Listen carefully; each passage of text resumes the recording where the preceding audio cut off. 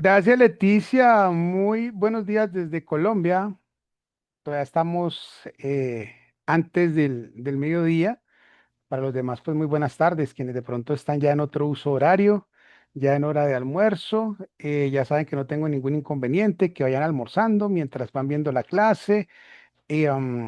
Por lo que les reitero, ese compromiso, bueno, ese compromiso no, esa solicitud a manera de no negociable que les hice hace 8 días de mantener su cámara encendida en este curso. No es una imposición, pero el que no encienda la cámara no pasa el curso. Entonces ya Leticia vamos a tomarnos.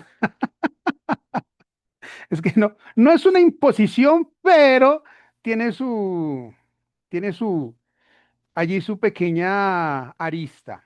Ok, bueno, a todos los que les sea posible, recuerden que les decía hace 8 días que para nosotros desde acá es más bonito poder observarles el rostro a ustedes, saber con quién estamos allá al otro lado, que ver allá unas letras y un fondo oscuro que realmente es muy impersonal, es muy inhumano, sí, es muy inhumano. Es como pararse a hablar frente a un letrero y no frente a una persona. Entonces, gracias. Quienes por ya razones de fuerza mayor, tecnológicas, la cámara no funciona o están de pronto en un escenario donde no les permite abrir la cámara, tranquilos, es comprensible. Pero quienes podamos hacerlo, vamos a prender la cámara para yo poderlos ver. Allá por allá Gisela, a quien estoy viendo, a la pastora Flor.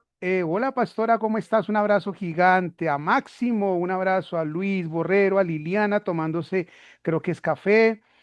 Vivian Pérez también, Gloria Edida, Jenny Huerta, a Nidia también, Galeano, a Ferney Bustos, un abrazo, Ferney, ¿cómo estás? A Israel López, de eso, qué alegría verlos, sonrientes, se quieren de una clase maravillosa.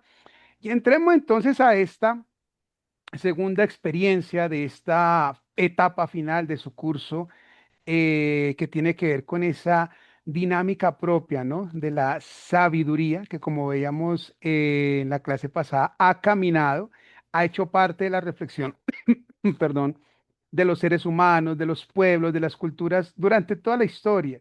La sabiduría, decíamos hace 8 días, es inherente al ser humano, pero cada uno la va desarrollando de acuerdo a su contexto. Ya desde el texto bíblico, el pueblo hebreo y los sabios hebreos nos van a invitar a reflexionar en la sabiduría conectada con la clave del temor. La verdadera sabiduría es aquella que está conectada con el temor de Dios para los hebreos, ¿no? Eso es bien interesante, porque ese temor de Dios implica e incluye una cantidad de elementos que vamos a encontrar en el Antiguo Testamento, pero ojo con esto, que van a ir cambiando, que van a ir cambiando, ¿cierto? Eh, Nosotros vamos a observar, por ejemplo, que usamos frases muy comunes acudiendo a la sabiduría de la tradición, esa yo la llamo la sabiduría de la tradición, que es cuando nosotros respondemos a una situación a partir de lo que hemos aprendido, de lo que nos han enseñado, y está bien. Y hay una expresión, claro, que la sacamos también del texto bíblico, en la que decimos Dios sigue siendo el mismo ayer, hoy y siempre, ¿verdad? Sí. Bueno, pregunta, ¿de qué texto sacamos nosotros esa expresión?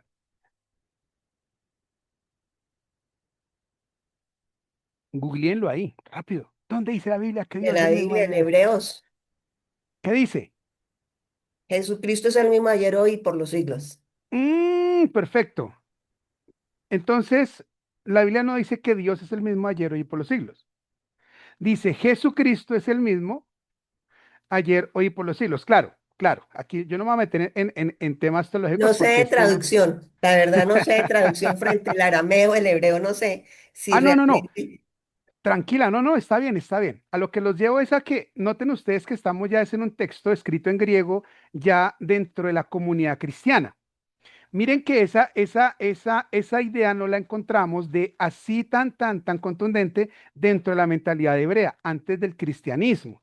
¿Y por qué yo les hablo de esta manera? Porque lo que quiero mostrarles es que, claro, claro, Jesucristo entendido como el Hijo de Dios, el Dios encarnado, ¿verdad? La encarnación de Dios, y eso aquí pues no lo vamos a discutir, ese es nuestro criterio de fe Una y pregunta, y sobre el profesor. cual caminamos. Ya voy contigo, Max, ya voy Ok. contigo. Ah, Entonces, dentro de ese criterio de fe caminamos. Pero cuando a veces expresamos ese término, Dios es el mismo ayer, hoy y siempre, popularmente, digamos, a qué nos dirigimos nosotros cuando lo usamos? ¿Estamos hablando de Dios o estamos hablando de las formas en que Dios actúa? Porque claramente nosotros entendemos que Dios es eterno, que ha estado desde el principio, que se ha manifestado de diversas formas, ¿verdad? El texto bíblico nos evidencia a nosotros la diversa y la multiforme manifestación de Dios. Dios entonces lo hemos manifestado desde una zarza ardiente con Moisés, ¿verdad? O lo hemos manifestado desde una columna de humo que acompañaba al pueblo. Vemos a Dios manifestado en la presencia del tabernáculo, en el lugar santísimo. Vemos a Dios manifestado en la figura de unos personajes que llegan a visitar a Abraham. Vemos a Dios manifestado de diversas formas y encontramos a Dios encarnándose en la persona de Jesucristo. Entonces, claro que tendemos y tenemos claro que Dios es el mismo, que Dios es eterno, por eso es el mismo Dios en el que nosotros creemos y confiamos. Pero digamos que el punto de quiebre va a estar cuando nosotros pensamos que por ser Dios el mismo, siempre actúa de la misma manera. Y ahí es cuando nos vamos a encontrar en el texto bíblico que aun Dios, siendo el mismo, no siempre va a actuar de la misma manera con todos, sino que eh, con todas las personas, grupos, creyentes, pueblos, individuos, va a tener formas de actuar particulares y una normatividad particular dependiendo del contexto en que la persona se está encontrando con Dios. Eso es muy interesante verlo en la escritura. Y claro, cuando nosotros hablamos de una sabiduría aplicada al siglo XXI, en medio de un mundo en tanta crisis, que fue el tema pasado, que es el que voy a articular con lo que vamos a ver hoy, aquí lo vamos a conectar, nosotros tenemos, o mejor, tendemos a querer que como creyentes, desde el cuenco cultural, desde la experiencia formativa, desde nuestra formación congregacional, desde nuestro ejercicio litúrgico, desde la forma en cómo nosotros entendemos nuestra fe, lo que nosotros a veces nos pasa es que queremos que todos los demás lo vivan y lo experimenten exactamente de la misma manera que yo tengo. Y empezamos a ignorar que la iglesia del Señor es un cuerpo que se compone por seres humanos en contextos completamente diferentes. Que aunque somos humanos, caminamos bajo la instrucción de un mismo Dios y Dios es el mismo para todos nosotros, nosotros como seres individuales, que tiene que ver con el tema de hoy, nos hemos formado y pertenecemos y nos hemos creado y generado un diseño a partir de contextos muy distintos. Como ejemplo de esto, quiero traerles una experiencia y ya voy para la pregunta que tenía Match, y es un diálogo que tuve con algunos hermanos en la fe hace un tiempo acerca de si Dios ama o no al pecador. Entonces, miren lo complejo del tema. Ese es un complejo, pero que seguramente ya cuando uno lo expresa, muchos tendrán la respuesta inmediata. No, claro, Dios ama al pecador. Otros tendrán la respuesta todo contraria. No, Dios no ama al pecador. Y cada uno lo va a ubicar desde su formación y su contexto. Entonces, en ese diálogo que tenía yo con los hermanos, ellos me presentaban el Salmo capítulo 5 y el versículo 5 y claro, fue un diálogo muy escritural, muy bíblico, y alguien, por favor, léame qué dice el Salmo capítulo 5 versículo 5.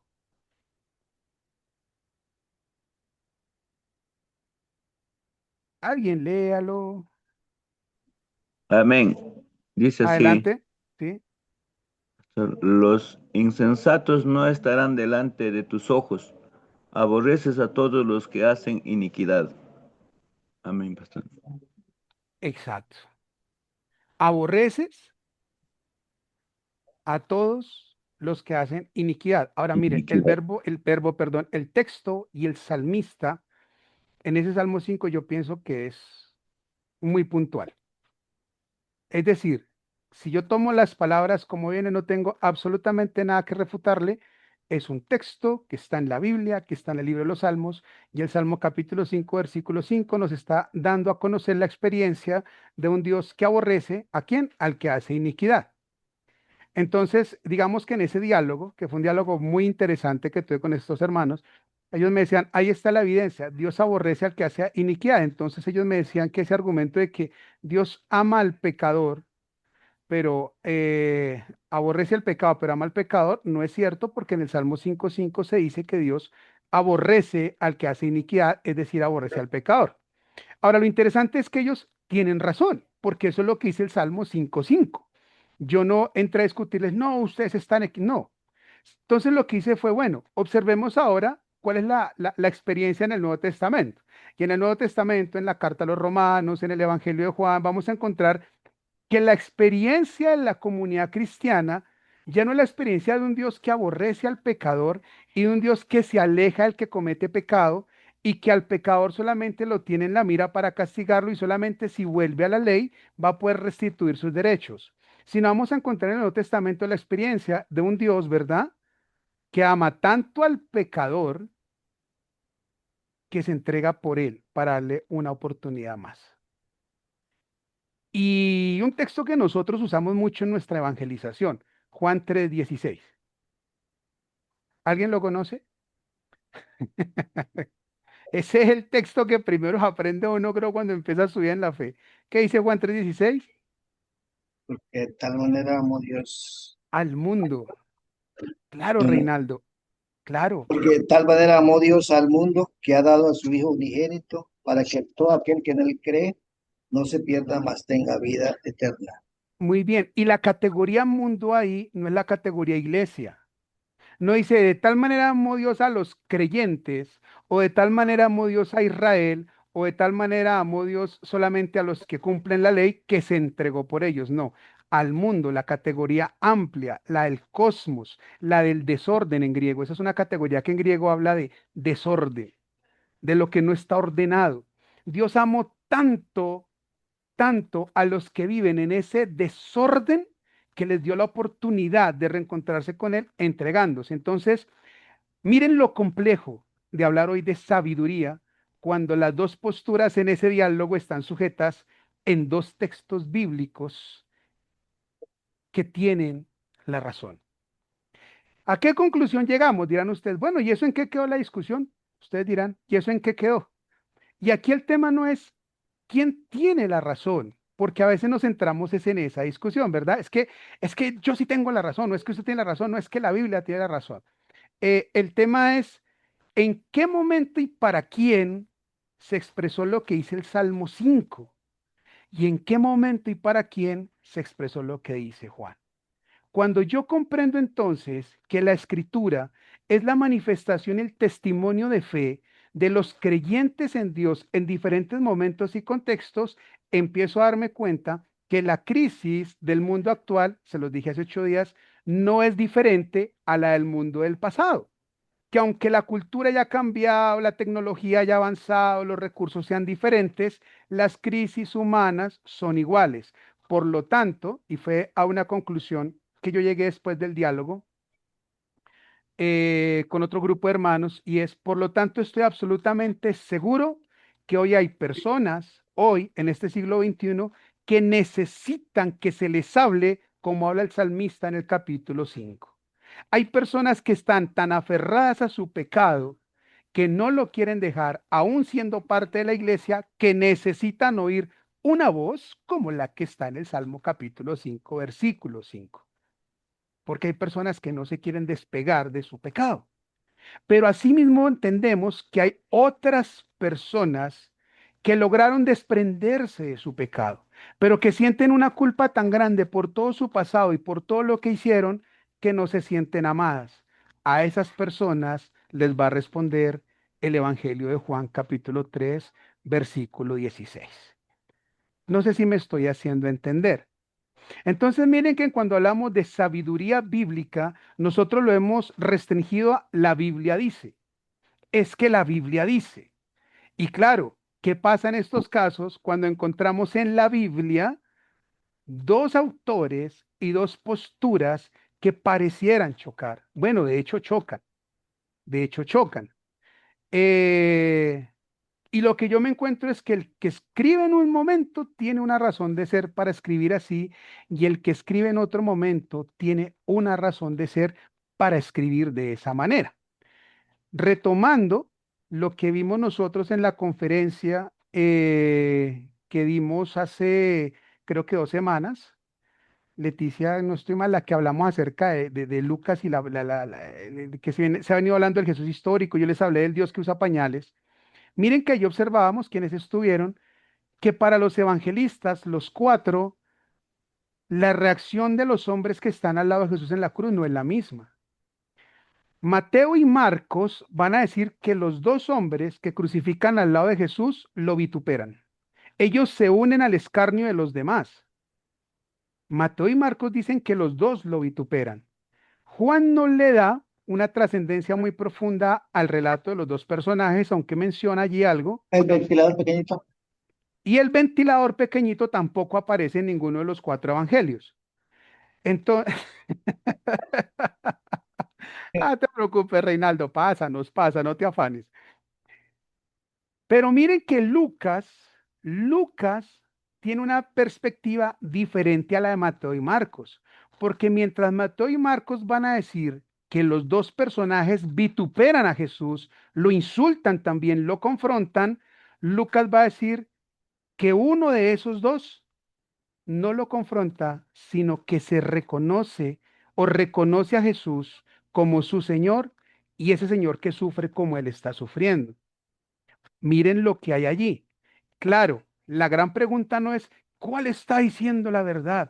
¿Por qué no? Aquí la forma de responder es Mateo y Marcos están escribiendo en un contexto la experiencia de la crucifixión, y sus oyentes o sus lectores deben entender que allí también había personas condenadas a muerte que aún en sus últimos momentos de vida no eran capaces de reconocer a Jesús, sino que lo insultaban. Pero Lucas le está diciendo a sus oyentes y a sus lectores que allí, en el último momento de vida, hay dos personajes, uno que no le importa reconocer a Jesús mientras muere, sino que lo ataca y le pide favores, ¿sí? Porque se le pide favores, sálvate y sálvanos, pero que hay otro que ya en su lecho de muerte, por decirlo así, a segundos de morir, va a reconocer a Jesús en medio de su dolor como su Señor. Entonces, miren cómo en la Biblia encontramos nosotros esas dinámicas en los diferentes textos. Por eso, y para darle paso a Mach con la pregunta que tenía, cuando hablábamos hace 8 días de esa sabiduría, ¿verdad? De los tiempos actuales, o sea, de esa sabiduría frente a tantas situaciones que tenemos hoy, a la confusión de nuestro tiempo, la invitación que yo les hago desde acá es, antes de decir la Biblia dice, conozcamos la Biblia completa. Tengamos el panorama amplio de la Biblia. ¿Para qué? Para que la persona que está en crisis y que requiere una respuesta de la Biblia pueda recibir de mi parte una respuesta conforme a la Biblia le habla al contexto de esa persona. ¿Ok? Conforme la Biblia le habla al contexto de esa persona. Y en la Biblia vamos a encontrar palabras para pecadores, palabras para no pecadores, palabras para creyentes, palabras para no creyentes. Vamos a encontrar nosotros la palabra para el que cree, para el que no cree, palabra para el que peca creyendo, palabra para el que no peca creyendo, palabra para el que está en ansiedad, palabra para el que ayuda, para el que ha sabido salir de la ansiedad. Pero eso solamente lo vamos a comprender cuando nosotros tenemos un panorama amplio del texto bíblico. Entonces, fundamento para un creyente hoy, ante un mundo de crisis que quiera respuestas de la Biblia, conozca la Biblia. Conozca la Biblia, ¿sí?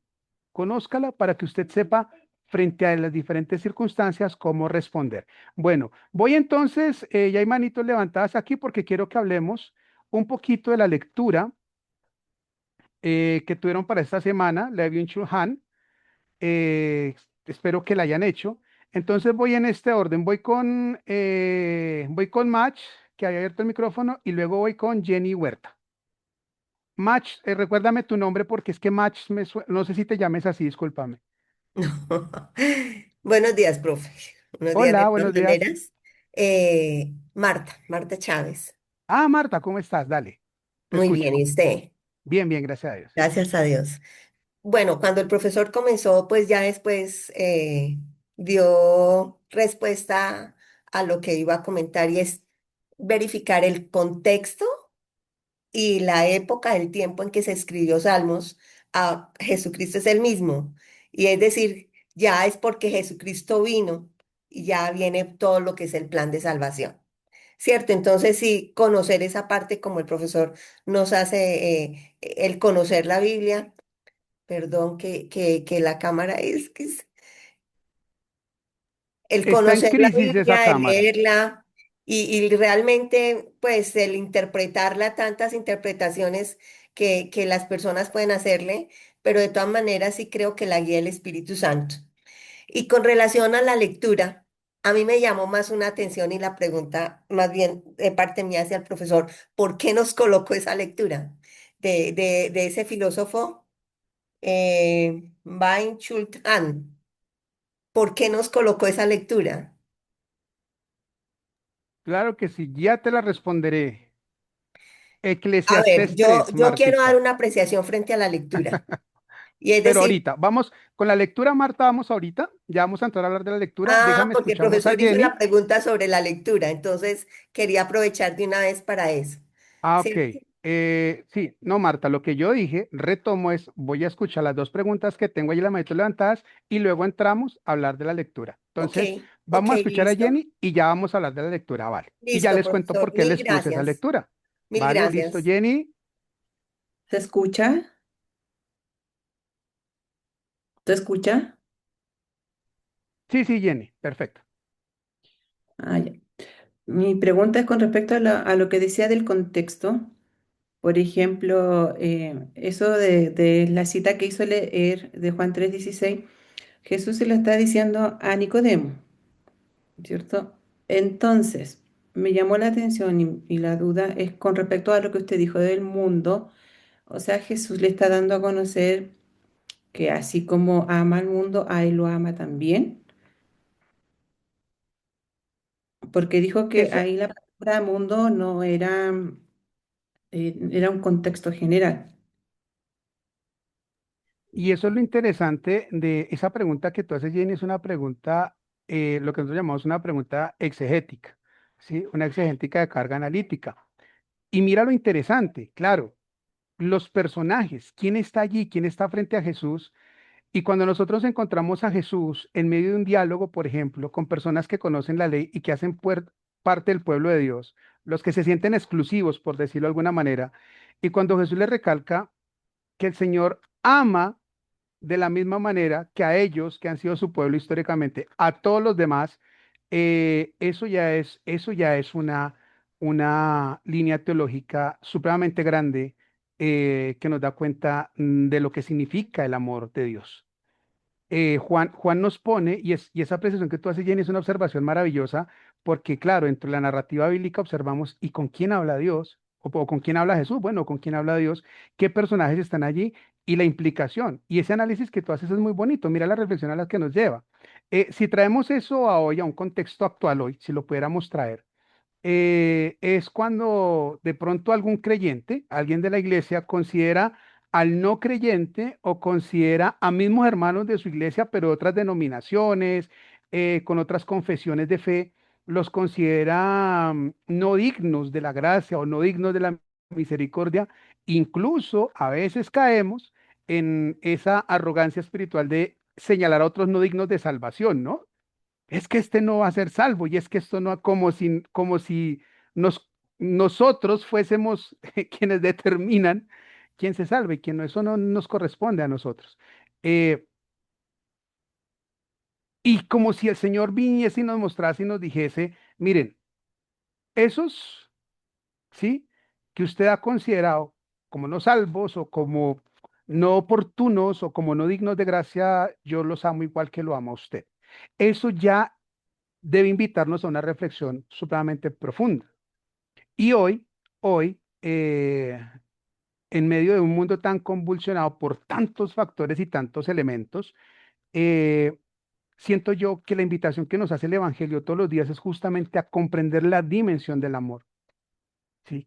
Comprender que ustedes ya que vieron todo su curso de sabiduría, em, han visto cómo la sabiduría históricamente se le ha dado también una estructura humana, ¿no? Hay textos en la Biblia donde la sabiduría habla, donde la sabiduría camina, donde la sabiduría se expresa. Entonces, a la sabiduría, que es algo que está inherente en el ser humano, se le dan categorías, antropomorfismos, antropopatismos, es decir, la sabiduría toma forma humana. Y la sabiduría toma forma humana desde esos criterios antiguos. ¿Por qué? Porque la sabiduría se encarna en lo humano. ¿Sí? Y una vez haciendo un estudio también con algunos hermanos y con algunos estudiantes, estábamos revisando Jesús como encarnación de la sabiduría desde los textos sapienciales. Y mirábamos como Dios, comprendido como la sabiduría por excelencia, se hace carne. Y ese es el mayor ejemplo de que la sabiduría se encarna. ¿Mm? Ahora, el ejemplo a seguir, Jenny, que nos presenta, por ejemplo, Juan allí y todos los evangelios es el de Jesús, es el modelo a seguir, ¿no? Jesús es el modelo a seguir. Y ya vamos a hablar un poquito de eso para conectar esto con la familia, individualismo y colectivismo, que es el tema de hoy. Gracias, Jenny, esa observación es muy bonita y has hecho una observación allí muy valiosa. Bien, el tema de la lectura, pero antes, déjenme ver la manito levantada quienes hicieron la lectura de Byung-Chul Han. ¿Solamente Marta? Ah, Gloria, muy bien. Por aquí alguien escribió, compleja, dice Reina, sí, es compleja, es un filósofo actual, filósofo del siglo XXI. Bien, ¿por qué les propuse esa lectura? Se los diré después de que me cuenten cuáles son sus apreciaciones de la lectura. ¿Qué les dejó? ¿Qué les dejó? ¿Qué les dejó la lectura a los que le dicen? Entonces voy con Marta, que tiene la mano levantada, y luego voy con Reina. Ay, venga, que yo siempre por mirar quién tiene la mano levantada, termino levantando en la mía. Entonces voy con Marta y luego voy con Reina. Entonces, Marta, cuéntame. Bueno, a mí me dejó, yo me sentí, honestamente le digo, profesor, defraudada con esa lectura, porque es un coreano del sur, radicado en Alemania, filósofo, pero para mi concepto resentido. El libro la lectura La sociedad del cansancio. A todo le pone problemas. Es de pensamiento más socialista o no, ni socialista. Para mí resentido porque a todo le pone problema. Le pone problema al confort, le pone problema a los que piensan diferente, con un pensamiento no capitalista. Yo soy capitalista. Me gusta vivir bien, pero también pienso en el pobre. Entonces uno no puede ser ni tan tan, ni muy muy, como dice el dicho. No, a mí realmente no me dejó como una reflexión satisfactoria. Por el contrario, pienso de que quizás no da solución más a la pobreza o no da solución frente al hecho de la producción, frente a la violencia, sí, coloca una serie de casos y se enfoca mucho en otro filósofo alemán, ¿cierto? En Heidegger y también un tipo que está ahí, será, estoy aquí y soy aquí y de ahí no pasa.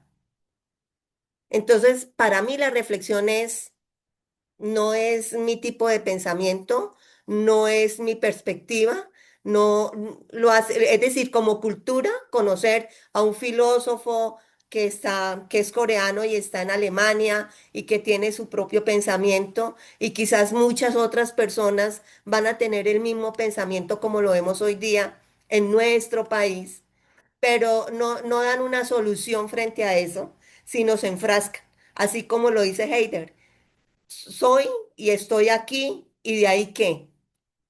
Entonces, yo me preguntaba por qué el profesor nos colocó esa, esa lectura. La verdad, pues eh, yo tengo mis respuestas mi pensamiento vuela mucho. Mi pensamiento vuela y entonces es mi perspectiva frente a la lectura. Claro, contesté las tres preguntas y para mí es fácil de leer pero, pero no va con mi pensamiento. Está bien, Marta, válido. No te gustó, no va con tu pensamiento, es absolutamente válido. No hay ningún inconveniente. Reina, te escucho y luego voy con Adilia.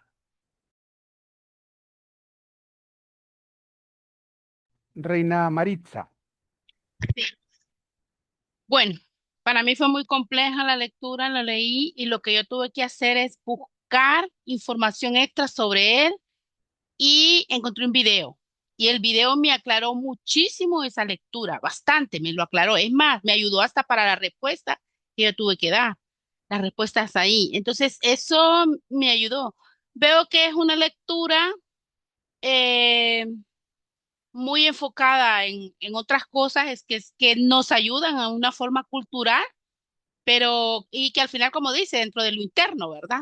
Que habla para la sociedad del cansado, pero sí fue muy compleja para mí la lectura que tuve que apoyarme en extra en cada uno de los tres que leímos, porque eran tres diferentes tópicos, subtópicos, ¿verdad? Entonces, me ayudó bastante eso de ver en los videos y me aclaró mucho la lectura al final. Entonces, porque tal vez la forma de cómo yo aprendo, como soy un poco más visual, y entonces ese video me ayudó bastante, aunque el video era de una persona también, un filósofo enfocado en eso, pero al final fue bien y bueno, aprender y conocer, ¿verdad? Diferentes otras ópticas que nos ayudan a nosotros. Eso. Muchas gracias, Reina, y te felicito por el proceso, ¿cierto? Esto que yo no entiendo, pues venga a ver dónde yo me apoyo para poderlo comprender antes de poder dar razón de. Entonces, está muy bien, Reina. Adilia, y luego con Jaime. Bueno, Y terminamos esta sección igual de que intervenciones con Reina, Jaime. igual que Reina, tuve que escuchar videos, vi un resumen, después de leerlos, leí un resumen y también escuché los videos. Creo que son puntos de vista de que él, como reflexionar. Estamos en tanto activismo que incluso dentro del ambiente de la iglesia nos podemos confundir tanto, que dejamos a saber dónde dejamos al Señor y entonces no nos encontramos en paz, porque estamos tanto con el tema de la productividad y tanto de accionar y hacer tanto, que de repente la paz de Dios la perdemos. Entonces es un punto de vista que nos llama a reflexionar si realmente lo esencial lo estamos dejando por lado. Estamos tanto queriendo de largo y entonces, por ejemplo, en el caso mío ya estoy retirada, estoy dedicada paso también con mucha actividad en voluntariados y cosas y en tema de la obra. Pero entonces miro para atrás y digo yo, caramba, creo que hubiera sido mejor si hubiera dedicado un poco más al corazón y el alma de mis hijos. Por ejemplo, que me dediqué a que fueran rendimientos y actividades, deportes, tanta cosa. Entonces digo yo, de repente ellos no aprovecharon sus mejores días para sacarle mejor provecho a cuestiones de las artes, la cultura, el aprender a respirar, el aprender a contemplar. Entonces yo, y lo miro, entonces lo puedo observar dentro de nuestras iglesias que la gente que a veces está en los mandos de dirección de alguna actividad, algo otro, lo que menos tiene es modelo de Cristo. Entonces, porque hemos perdido la esencia, el propósito, entonces el Señor nos manda a modelarlos. Y el Señor se dedicaba, se retiraba, respiraba, contemplaba, meditaba, oraba. Entonces me parece que sí es importante, me pareció importante la lectura, lo vi desde otro punto de vista. Gracias, profesor. Adilia, maravilloso, maravilloso porque ese era el ejercicio que buscaba con la lectura. Y entre otras cosas, Byung-Chul Han es cristiano de confesión católica. Por lo tanto, el contenido de sus textos lleva una carga espiritual muy alta. Y ya vamos a observar desde la lectura que ustedes hicieron cómo es que él va trazando la línea para llegar a eso que Adilia nos plantea, que es la categoría de la contemplación, que es lo que va a elevar más relevancia, a la contemplación, ¿verdad? Que a esas dos dimensiones que él plantea inicialmente. Y voy con Jaime. Jaime, te escuchamos. Gracias. Bueno, la lectura desde la academia me parece muy buena. Desde el punto de vista de fe, eh, como un poco negativa. Mm, entonces, parto de un principio, examinarlo todo, retener lo bueno. Yo no sé, yo hice el quiz y en parte, como es un idioma demasiado técnico, yo cómo le enseño eso a mujeres que trabajan en servicios generales. ¿Cómo le enseño eso a personas que están comenzando? Entonces, bueno, sí, de acuerdo uno debe estudiar y obviamente una realidad inocultable de lo que estamos viviendo. Pero creo que es mi deber enseñar qué es sal y luz en tiempos de crisis, de estos que estamos viviendo y del negativismo de este eh, filósofo norcoreano, es surcoreano, sí.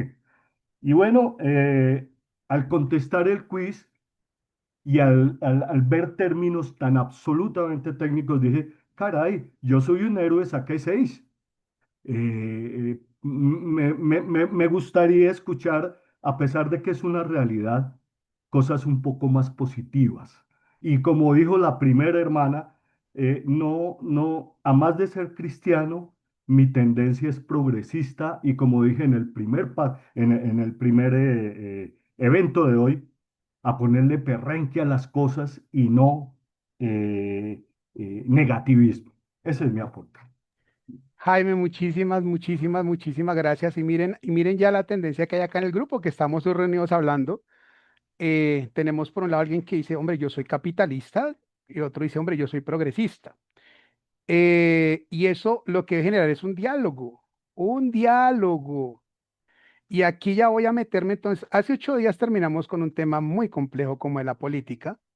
Pero eso que pasa dentro del entorno político hace parte de las crisis actuales para el cristianismo en este siglo XXI. ¿Cómo responder sabiamente? Y Claudio nos hizo una pregunta que fue fundamental. Creo que fue Claudio quien nos la hizo acerca de cómo le enseñamos a los políticos a hablar con sabiduría. Claudio, creo que por ahí va la pregunta que tú nos hiciste. Yo le decía, más que enseñar a los políticos, es cómo nosotros actuamos, cómo la iglesia actúa como sabiduría en medio de una sociedad tan politizada, tan polarizada. Eso, por ahí debe ser la línea. Ahora mira lo interesante.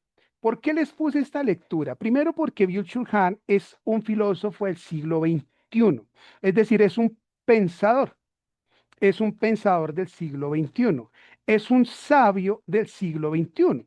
Claro, es que para nosotros la categoría de sabio la enmarcamos desde el contexto bíblico, pero los sabios del texto bíblico también se alimentan de la sabiduría que los rodea. Es decir, no es que el sabio del texto bíblico tiene una forma de pensar exclusiva.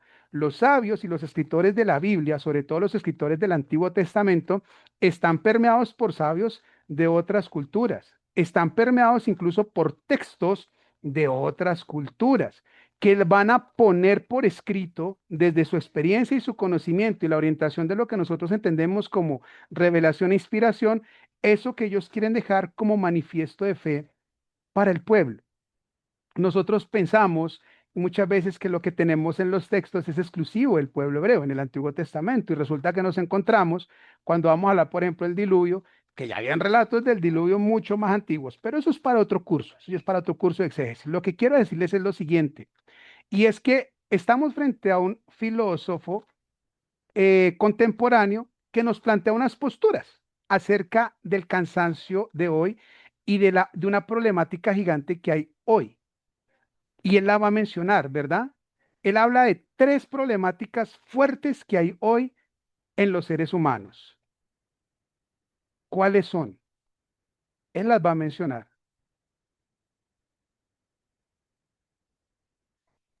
Porque Depresión, eso, dime, depresión, sí, los otros, el burnout, sí, y el otro no me recuerdo. pero muy bien. Entonces, La démonos cuenta, producción. No, la producción no es. Él Son habla problemas sobre la internos. producción y sobre todo, es decir, sobre todo lo que es la industria y las personas que trabajan y todo el tiempo es trabajo. Él menciona eso Sí, ahí. Marta, sí, Marta, pero déjame entonces voy a hacer el contexto de la lectura, porque mi pregunta es muy puntual y él va a mencionar tres problemas internos hoy. Cuando él habla de que ya no estamos en la época del temor viral, ¿no? Ya no estamos en la época bacteriana. Él decía que antes había una época en la que, claro, como no había vacunas, como no había medicinas, una bacteria, un virus, una pandemia, pues era el terror porque no había cómo responder. Eso es lo que él empieza a decir, ¿no?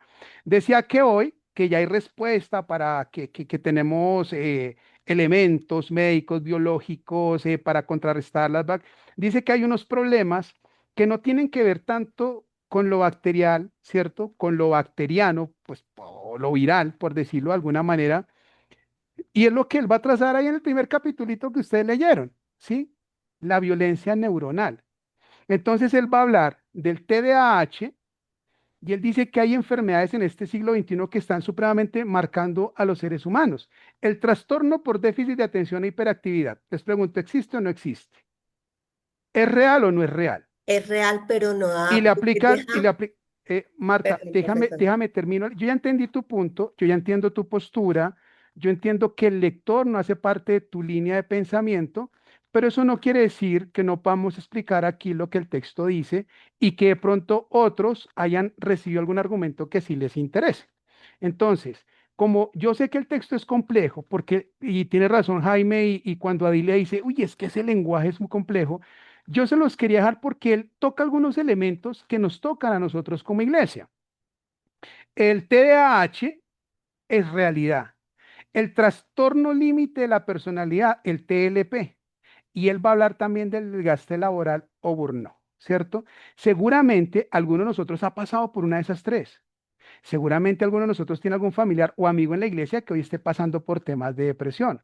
Y seguramente nosotros quizá hemos enfrentado. Entonces, él empieza a hablar de esas realidades. Con esto no quiero decir que yo estoy de acuerdo con todo lo que él dice, solo que él nos plantea una postura muy interesante en la que dice, el problema hoy, dice, es que ya el terror no está en los virus que llegan y que ya tenemos una respuesta, ¿verdad? Como una vacuna para contrarrestarlos, sino que hay, y él va a hablar de los paradigmas, una situación interna que es la que amerita respuesta.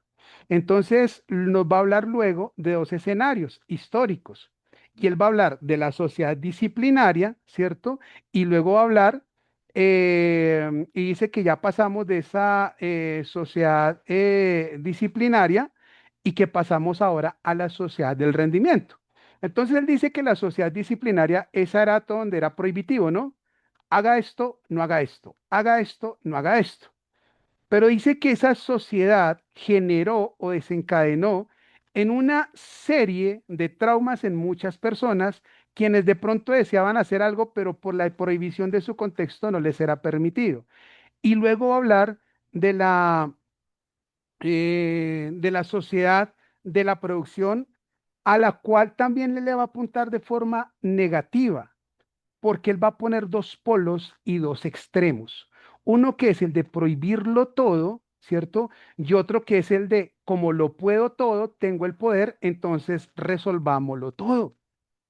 Y él va a poner en contexto dos polos. Hoy dice él, ya no se prohíbe, ¿cierto? Ya no se dice haga esto o no haga aquello, sino que hoy ya se busca es producir. Pasamos a un fenómeno donde es producir, producir, producir. Traigamos eso al escenario de la iglesia. ¿Eso es realidad en la iglesia? Es decir, ¿al cristianismo lo ha afectado? Yo personalmente recuerdo hace muchos años donde el tema de la prohibición era muy marcado, ¿cierto? Un cristiano no puede hacer esto, no haga esto, no haga esto, esto no se debe, esto no se debe. particularmente acá, ignoro los contextos, pero particularmente en los que yo me he movido en el cristianismo evangélico, antes era muy prohibitivo. De hecho, yo recibí la carga prohibitiva de muchas cosas, pero me di cuenta que eso se fue transformando. Hoy no hay tanta prohibición como si hay un énfasis por vamos a desarrollar dinámicas. ¿Por qué? Porque ya necesitamos es que producir. Entonces ya pasamos de las comunidades que no eran tan amplias, donde todo era prohibido, a las comunidades que son extremadamente grandes, donde solamente se piensa en producir. ¿Y producir qué? Producir gente que venga a la iglesia. Entonces caemos en un activismo muy fuerte y muy profundo que ha desencadenado, ojo, y va a desencadenar en muchas personas de la iglesia problemas de burnout también. Gente que está cansada de que dice, yo no quiero seguir con el ministerio. Yo no quiero seguir con el ministerio. Me siento cansado, me siento cansada. Entonces tenemos personas que trabajan en sus oficios seculares, en los que devengan para su hogar, en los que recogen los recursos para vivir ellos y sus familias de lunes a viernes, trabajan quizá todo el día y el fin de semana se los absorbe su tiempo de descanso, el tema eclesial o el tema ministerial. Y hay gente que termina diciéndome, soy cansada. Y nosotros creemos muchas veces que responderle sabiamente a esa persona es hermana o hermano, si usted le sirve al mundo en su trabajo secular, pues con más fuerza tiene que servirle a Dios en la iglesia. Y es que esa no es la dinámica del Evangelio. El Evangelio no está diseñado, ni el Evangelio es la propuesta para que la gente se agote, sino en el Evangelio vamos a encontrar nosotros, sobre todo en el Nuevo Testamento, la experiencia de personas que aunque no estaban comprometidas en dinámicas activas 100% de la iglesia, aportaban en la iglesia desde donde cada uno ejercía su rol social. Entonces miren cómo él va presentando elementos y por eso me gustó lo que Reina y Adilia hablaban y me gustó cómo Adilia lo fue ubicando en su realidad. Y ella mencionó a su familia, incluso, oigan, miren, yo como que caí en esto. Entonces, miren, también lo que dice Jaime, tomamos lo bueno y desechamos lo malo. Claro, él tiene unos términos allí y él tiene sus roces con otros filósofos y todos esos temas que él los va a mencionar y dice, este se equivoca, este no. Pero mire que nos está aterrizando en una realidad para llegar luego al tema del aburrimiento profundo. Y él en el aburrimiento profundo va a poner el ejemplo de la persona que pasea, dice, ¿no? Dice, hay unos que van paseando y van aburridos. Y ahí es donde él va a meter un tema que es absolutamente espiritual y que yo creo que hace parte en Byung-Chul Han de lo que él considera desde su perspectiva filosófica, pero que hace parte por lo menos de lo que la escritura nos enseña a nosotros como creyentes, y es el tema de la contemplación. Ese tema es absolutamente espiritual. Él va a decir al final, en el tercer capítulo, cuando ya va a hablar del aburrimiento profundo, de que la gente se cansa, de que nos cansamos, ¿sí? Y saquémoslo de todo contexto, sociológico, sociopolítico, socioreligioso. Vámonos para el contexto humano. La iglesia está formada por seres humanos. Nosotros nos cansamos. ¿Cómo le damos respuesta hoy a la persona que se siente cansada? Pues descanse, hermano. Descanse, hermana. ¿Sí? Entonces, este domingo no sirva, pero vuelva al otro a las 6 de la mañana. Y pensamos que con eso estamos dando respuesta. Y para quienes hemos, en mi caso, hablo por mi caso, tenido que conocer casos de suicidio dentro de las iglesias porque ya no pueden con la carga y hemos encontrado respuestas frente a esas situaciones, ¿sabe? Tan inhumanas, tan poco cristianas, tan poco misericordiosas como decir, ah, si se mató, fue porque no tenía la suficiente fuerza del Señor, fue porque le faltó fe, fue porque le faltó oración o fue porque le faltó ayuno. Con esas respuestas empezamos a comprender que a esa persona ni siquiera después de haber partido le siguen quitando cargas espirituales y emocionales. Y cuando Byung-Chul Han va a hablar de la contemplación, va a decir que el hecho, y es lo que dice en ese tercer capítulo, el hecho de detenerse, respirar y contemplar le permite a la persona entender que hay una dinámica mucho más amplia en la que está sumergida, pero mucho más amplia de la que está sumergida.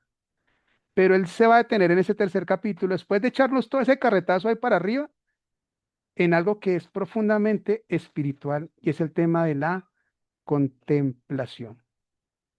La contemplación. Claro, nosotros desde nuestros escenarios evangélicos, la contemplación, ¿cierto? Que es ese encuentro con lo trascendente, nosotros lo trabajamos desde otras dinámicas, por ejemplo, los tiempos de retiro, de oración, que es tan necesario para todos. A veces esperamos que en la iglesia haya un retiro colectivo para inscribirme e ir. Nosotros necesitamos nuestros tiempos de retiro individual, contemplar, respirar, entender por qué estoy tan cansado, por qué estoy tan cansada, qué me está agotando y aprender a tomar decisiones. Y a veces, ya hablo desde mi categoría como pastor, a veces como pastores o como líderes en la iglesia, debemos comprender que si un hermano en la iglesia dice no, no también es una respuesta,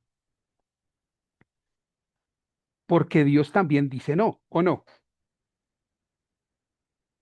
Si un hermano nos dice, pastor o líder, bueno, como lo manejen ustedes en sus diferentes órdenes en la iglesia, yo no puedo seguir con el ministerio, me siento muy cansado, muy cansada. Ese no es una señal que me invita a mí como líder no a ponerle más carga, sino a decirle, claro, tómate el tiempo que necesites, y a mí ya me está dando una señal de yo como mi deber como pastor, ¿cierto? No es que esta persona sirva los días que tiene libre, sino esta persona me está dando una señal, ven, cuenta conmigo, ¿en qué te puedo ayudar? ¿Cómo te puedo ayudar para que descanses? ¿Cómo te puedo ayudar para que tu ejercicio de contemplación se haga más íntegro? Porque en últimas, lo que nos debe interesar a nosotros como iglesia es que el encuentro de cada persona con el Señor sea integral, sea integral. Y para rematar este pedazo, pues por alguna razón tenemos una máxima en la escritura donde el Señor Jesús dice, vengan a mí todos los que están, ¿qué? Cargados y Y cansados. cansados. Ahí están, ahí están. Y ustedes van a recordar en el Evangelio de Lucas una escena muy bonita donde Jesús llega a una casa, donde hay dos mujeres que están solas. ¿Recuerdan a ese par de damas? Marta y María. ¿Recordamos la escena? Y miren que Jesús, el relato no dice ni que Jesús haya sido invitado, ni que ellas lo estuvieran, de hecho no lo estaban esperando. Jesús llega a tocar la puerta de sorpresa. Y cuando Jesús entra, se encuentra dos dinámicas, dos. Una, que cuando él viene al encuentro, simplemente se sienta a escuchar, a contemplar. Pero la otra está atareada, que es ¿quién? Marta, está atareada, está corriendo con muchas cosas, ¿cierto? Ahora, Marta tiene razón, sí, en el sentido cultural, porque la norma dentro del pueblo judío es que cuando un visitante, cuando se recibe como anfitrión al peregrino, es responsabilidad del propietario de la casa atender al peregrino, al que se le dio entrada a la casa. Si el peregrino entró a casa es porque necesita algo y es responsabilidad del anfitrión atender a ese peregrino como si fuera de su familia. Recuerden el relato de, de Lot en Sodoma. ¿Recuerdan el relato? Que los ángeles llegaron a casa y él sale y él dice, yo les entrego a mis hijas, pero a estos hombres no los toquen. Así de alta era la responsabilidad de quien recibía a un peregrino en su casa. Valía más que la vida de su familia. Entonces, ¿qué es lo que está haciendo Marta? Y tiene razón. Oiga, yo necesito atender al maestro. Llegó Jesús, nos cayó de sorpresa. María se sienta a contemplar a Jesús. Marta se pone a hacer las tareas. Y Marta es la que reacciona. Marta es la que le dice a Jesús, le reclamo, no, Señor, ¿no tienes cuidado de que mi hermana no me ayuda? Porque aquí hay que atenderte a ti, hay que hacer cosas en la casa y mi hermana no está ayudando, se sentó, fue a mirarte la cara. Bueno, eso no lo dice el texto, eso me lo inventé yo. ¿Y cuál es la respuesta de Jesús?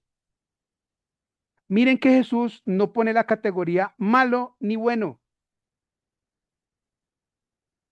Jesús no le dice, Marta, es que lo que tú estás haciendo está mal. No, le dice, Marta, cansada y atareada estás. Y esas palabras en griego, cansada y atareada, en griego hoy se pueden traducir al español como estrés. ¿Qué le está diciendo Jesús?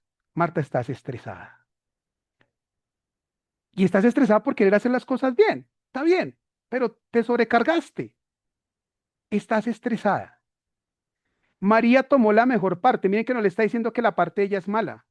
No le está diciendo, Marta, tu parte es mala, quédate quieta. No, no, no, está bien.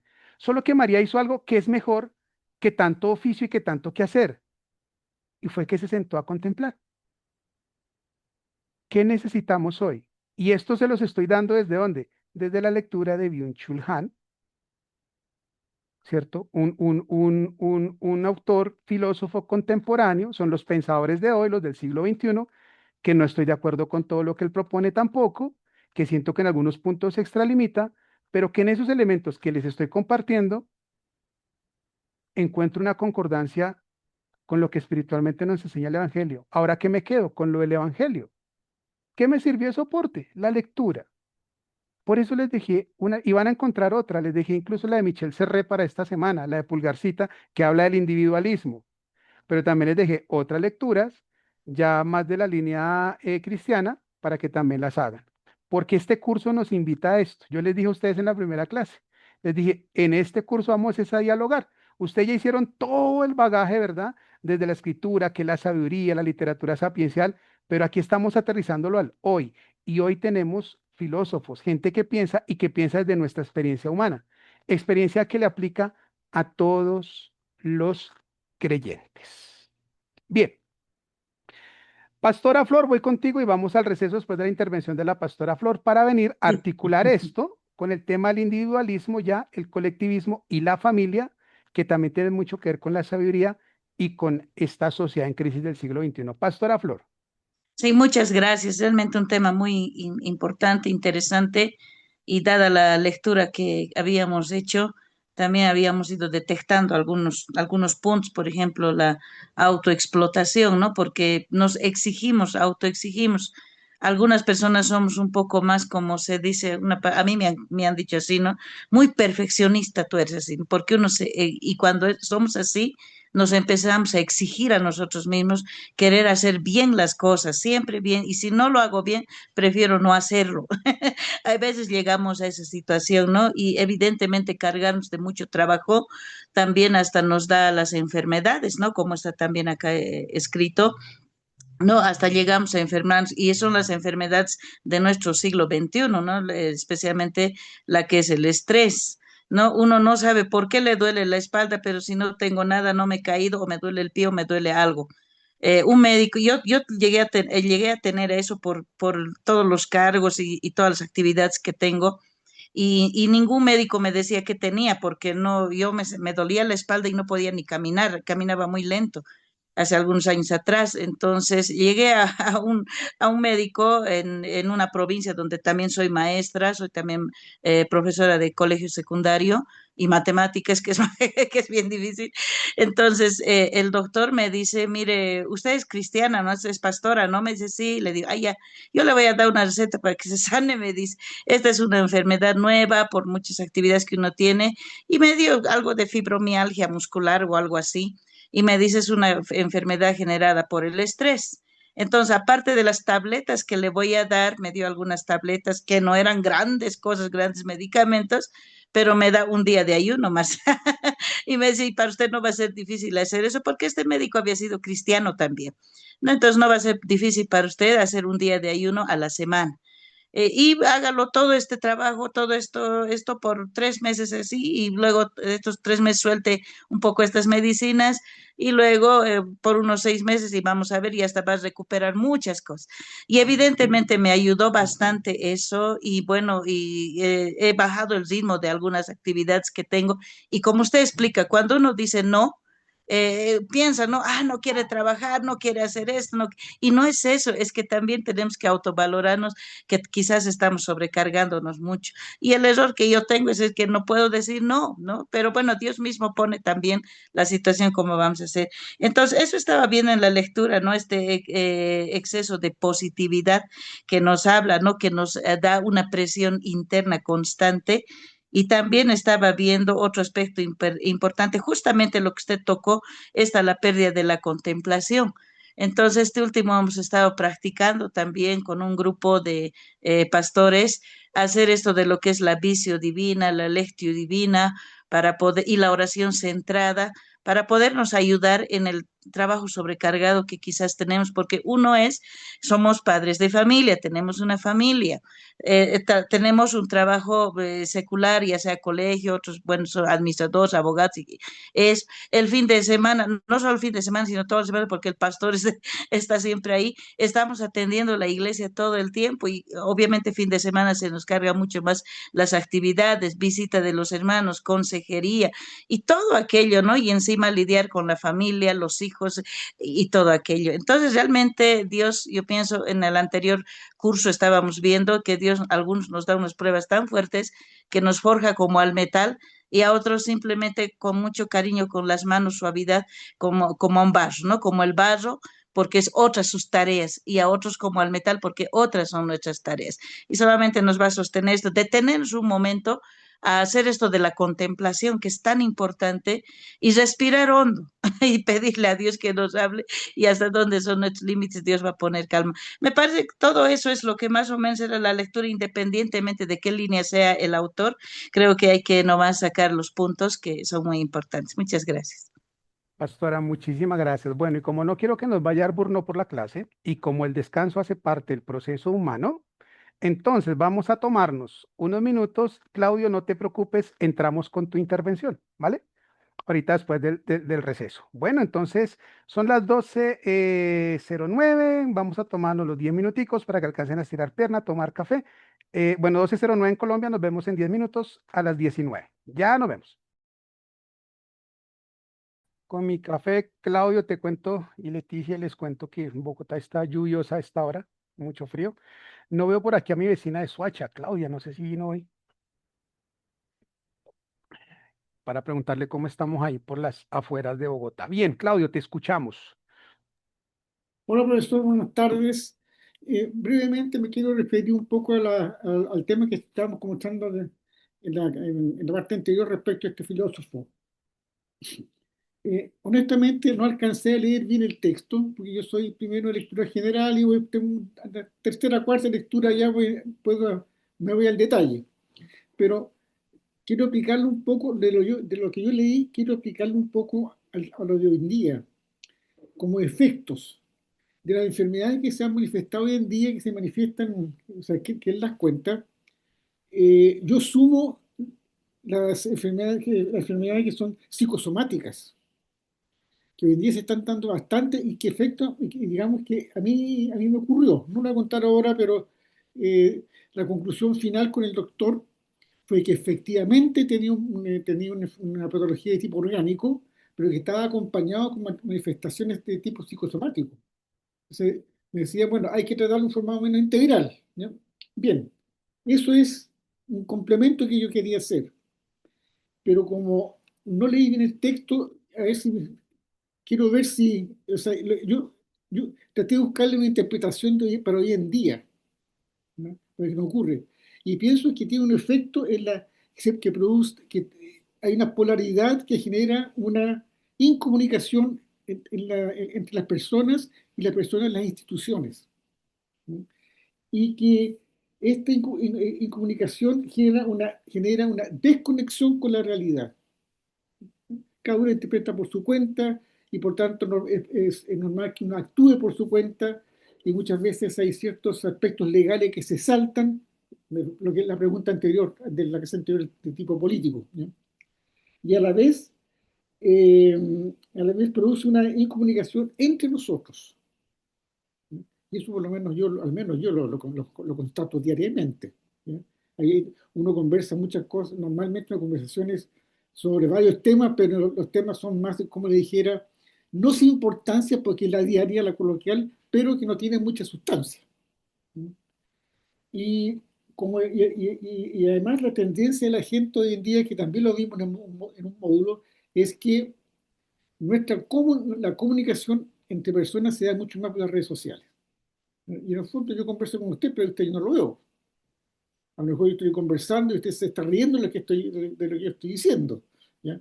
Entonces, yo lo veo por ese lado. Y me gustó mucho de un texto que tuvimos que leer del colega suyo que hace clases en el modo paralelo. Nos hizo leer un documento que se llama, La sabiduría en la práctica, de Proverbio 31. Y el apellido del autor es Hernández, de S. Bueno, él hace todo un análisis de cómo se genera, según él, el capítulo 31 de Proverbios, entre los versículos 10 y 31, donde está la poesía respecto de la mujer ideal. Pero él saca finalmente una conclusión.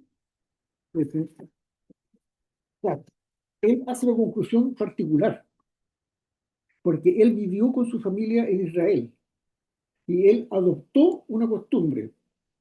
Y esa costumbre dice que todos los viernes ellos se reúnen religiosamente, como decimos nosotros en Chile, religiosamente se reúnen todos los viernes en familia a compartir la comida, pero deliberadamente después hacen un alargue, donde ellos se comunican, donde ellos conversan temas de la familia. ¿Ya?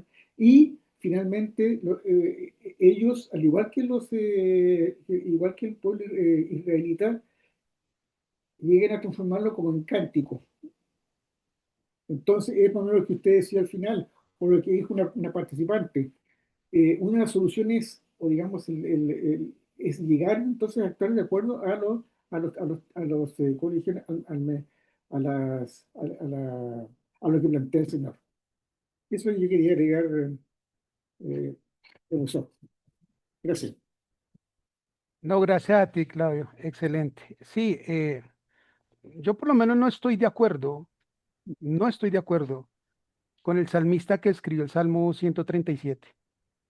Para nada estoy de acuerdo, pero no he arrancado la página de mi Biblia, porque hace parte del testimonio que el Señor nos dejó. Y ya les voy a contar por qué. Voy con Gisela para entrar ya a articular esto con el tema de la familia. Gracias, Claudio. Buenas tardes, pastor. No prendo la cámara si no se me ve el audio. Tranquila, no te Cuando preocupes. yo hacía la lectura, se me venía un caso de mi sobrina que está estudiando arte y una profesora, por ejemplo, les puso el tema el arte en las problemáticas sociales. Y entonces casi todos los alumnos cogieron sobre la depresión, sobre problemas mentales, ¿no? Pero mi sobrina cogió las desapariciones. Y entonces, claro, ella ya hizo su proyecto y la profesora le dijo, no, es que tienes que hacer lo mismo que hacen todos los otros alumnos. Entonces, no sé, a mí se me venía, ella decía que de pronto esta profesora todo lo rechaza sus trabajos porque son más elaborados, más de otro, fuera de esquema de sus compañeros, ¿no? Entonces se me venía a mí, en cambio, en las iglesias, los líderes, los que dirigen, por ejemplo, a los niños, cuando se salen como del tema que ellos quieren, dicen, no, tu tema no vale, tu trabajo no vale, y entonces eso va creando justamente les van quemando las ideas de los jóvenes, las ideas de los fieles, porque a veces los líderes tienen mente cerrada, a veces tenemos mente cerrada, y claro, nosotros nos vamos quemando, pero también vamos quemando a las personas que vamos dirigiendo, porque no les dejamos ser libres, ampliados, inclusive en el estudio de la Biblia ellos quieren diferentes cosas más actuales y uno sigue con lo mismo y lo mismo. Entonces por eso quemamos a los demás también y les cansamos y se van de las iglesias, ¿no? O sea, yo veo en este texto estas dos problemáticas, que nosotros nos podemos quemar, aburrir y también los que nos siguen, ¿no? Eso. La violencia neuronal, Gisela, que llama el autor. La violencia neuronal, ¿no? Es bien interesante. Muchas gracias, Gisela, por tu aporte. Miren cómo hemos podido articular desde un pensador del siglo XXI, cómo observa la realidad de la sociedad, cómo la observa él, y cómo articulamos eso con lo que la escritura nos enseña, pero sobre todo eso, cómo lo podemos aterrizar a nuestra experiencia de vida y nuestra experiencia de fe como creyentes. Vean lo interesante, y de eso se trata un poco cuando hablamos de la sabiduría o de los textos bíblicos en general, cómo el autor aterriza una idea desde su experiencia y la manifiesta y la pone a hablar desde su fe. Y eso que tú dices, Gisela, miren que ya no lo plantea el autor. Eso que le pasó a tu sobrina hace parte de ese extremo de lo que él llama la sociedad disciplinaria, que era esa donde solamente se hace lo que acá se dice. ¿Cierto que le pasó a tu sobrina? O sea, usted no puede escribir otra cosa sino lo que se le diga que tiene que escribir. Y no nos vamos aquí a meter mentiras, pero en muchas iglesias actuamos así, ¿cierto? Usted aquí tiene que creer es como nosotros le decimos. Usted aquí tiene que orar es como nosotros le decimos. Y terminamos vulnerando a la persona. Ahora, le acabo de decir a Claudio, yo no estoy de acuerdo con el Salmo 137, no estoy de acuerdo con el autor de ese salmo. No estoy de acuerdo por lo que dice en el versículo 9. ¿Alguien lo quiere leer? Salmo 37:9. Yo no estoy de acuerdo con eso. No sé si ustedes sí, pero yo no. 137, Sí, 9. versículo 9.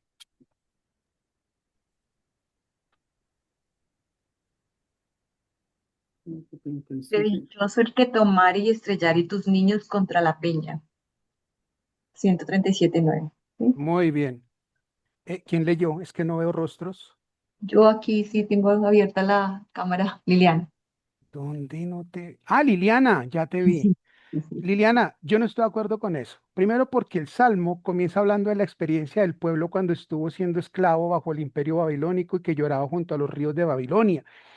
Y que allá les decían y se burlaban de ellos, canten, cántenos una alabanza, esas que ustedes le cantan a Dios. El salmista está expresando esa experiencia de esclavitud, cuando fueron humillados y cuando fueron sacados de su tierra.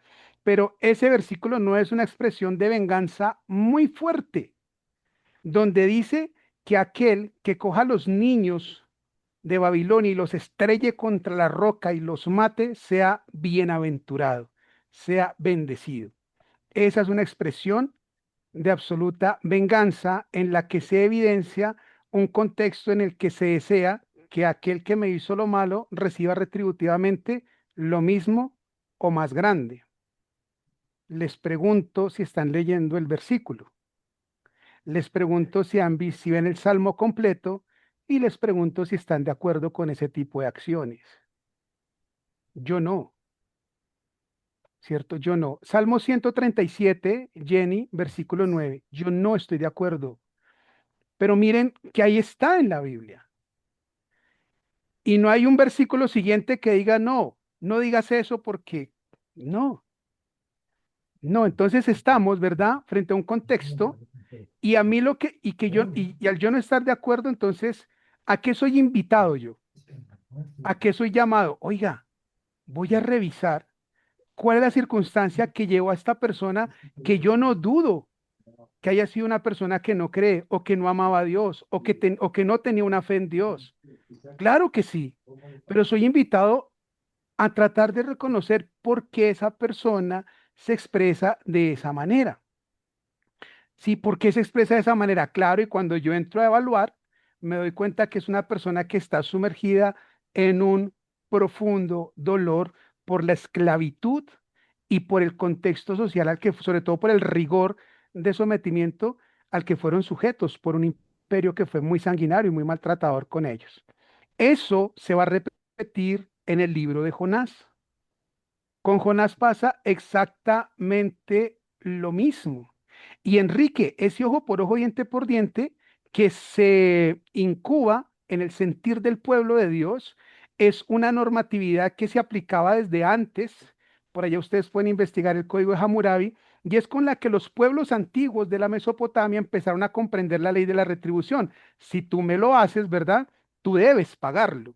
Para hoy en 8 días les tengo preparado un bonus track del Evangelio de Juan que habla acerca de todos estos temas, que no está ni en las diapositivas ni en el material que se les envió, sino que voy a dejarles eso ahí como un aporte extra a la clase, pero eso se los dejo hoy en 8 días, que nos va a encerrar todos estos temas.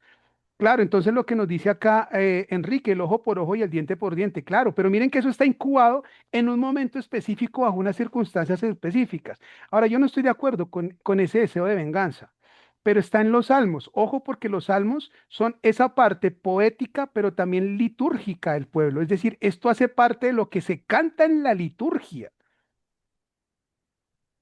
Y vamos a comprender ya desde la experiencia de la iglesia que se hace una relectura porque hay otro contexto. Y Dios se encarna para que desde su encarnación, desde su experiencia como hombre, empiece a ubicar a todo el pueblo en otro contexto. Y el tema entonces ya con el Dios encarnado es, el tema aquí no es de venganzas, ¿cierto? Sino que si tu amigo te maldice, tú bendícelo. El tema no es de desearle la muerte a tu enemigo, sino que si él te pide pan, pues dale de comer, y si te pide la capa, quítatela, o dale todo lo que tu enemigo quiere.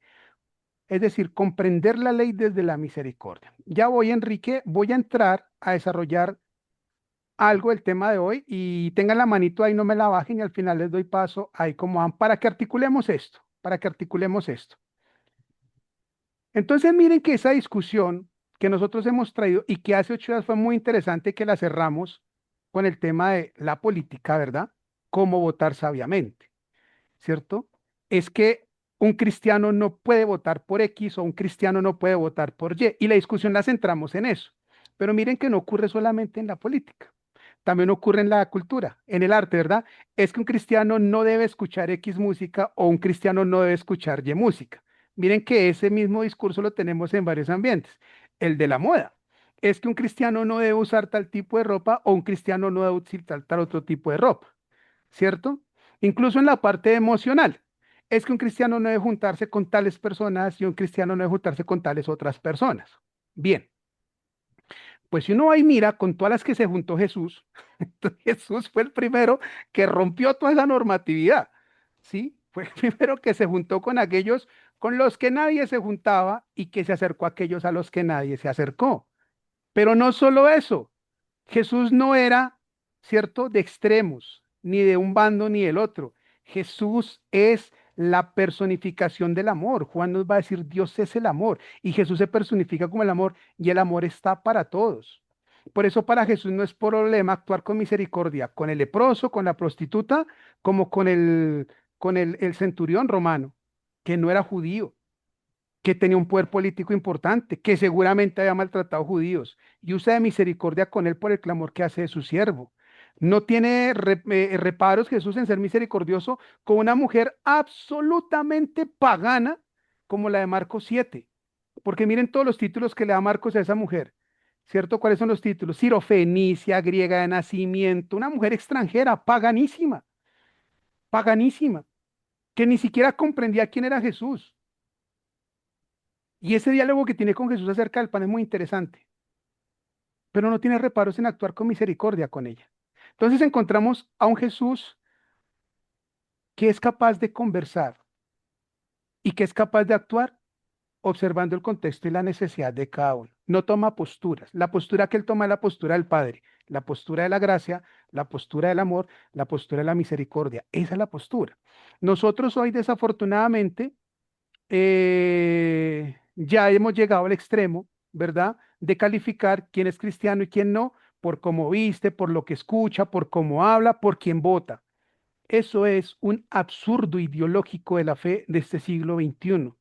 Porque si a mí me preguntan qué dice la Biblia, cómo identificar un verdadero cristiano, pues yo ya lo tengo en la Biblia.